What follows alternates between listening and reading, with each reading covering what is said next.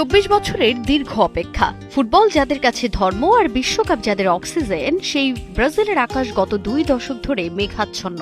২০০২-এর সেই সোনালী ট্রফির পর প্রজন্ম বদলেছে, তারকা এসেছে, কিন্তু হেক্সা মিশন রয়ে গেছে কেবল এক অপূর্ণ স্বপ্ন হিসেবেই। এক সময়ের অদম্য সেলেসাওদের ট্রফি ক্যাবিনেটে জমেছে ধুলো। র্যাঙ্কিংয়ের ৫ নম্বরে থাকা ব্রাজিল কি তবে তার ছন্দ হারিয়েছে? না, ডন কার্লো তা মানতে নারাজ। সেই অন্ধকার সুড়ঙ্গের শেষে এবার দেখা মিলেছে এক রূপালী রেখার। নাম তার কার্লো অ্যানচেলোত্তি।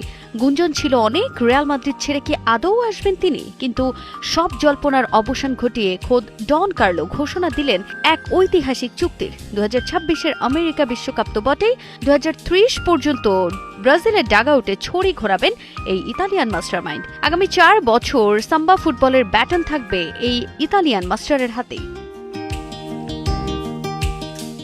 এবার ইউনিভার্সো ভালদানোকে দেয়া এক সাক্ষাৎকারে তিনি স্পষ্ট করেছেন তার ভবিষ্যৎ পরিকল্পনা। সে আলাপে অ্যানচেলোত্তি যেন খুলে দিলেন মনের আগল।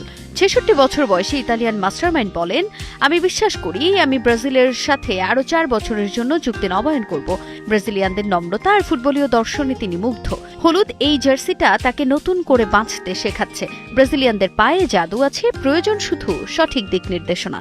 ২০২৬-এ মেক্সিকো কানাডার তপ্ত মাঠ থেকে ২০৩০-এর মহাযুদ্ধের জন্য অ্যানচেলোত্তি তৈরি করছেন এক অজেয় বাহিনী, যেখানে অভিজ্ঞতার সাথে মিশে যাবে তারুণ্যের বারুদ। কিন্তু কার্লো অ্যানচেলোত্তি সেই আলোচনায় অবধারিতভাবেই উঠে এলো রিয়াল মাদ্রিদে তার পছন্দের শিষ্য ভিনিসিয়াস জুনিয়র। মাঠে যার উদ্দাম গতি আর সাম্প্রতিক সময়ে বর্ণবাদের শিকার হওয়া নিয়ে উত্তাল পুরো ইউরোপ। ব্রাজিলের হেক্সা মিশনে কার্লোর তুরুপের তাস ভিনি। বের্নাব্যুতে যাকে নিজ হাতে গড়েছেন, মারাকানাতেও তাকেই বানাতে চান আগামীর নায়ক। বর্ণবাদের বিষ বাস পেয়ে যখন ভিনি ক্লান্ত, অ্যানচেলোত্তি তখন তার রক্ষাকর্তা। তিনি বলছেন, মাঠের ভিনির চেয়েও মানুষ ভিনি তাকে বেশি টানে।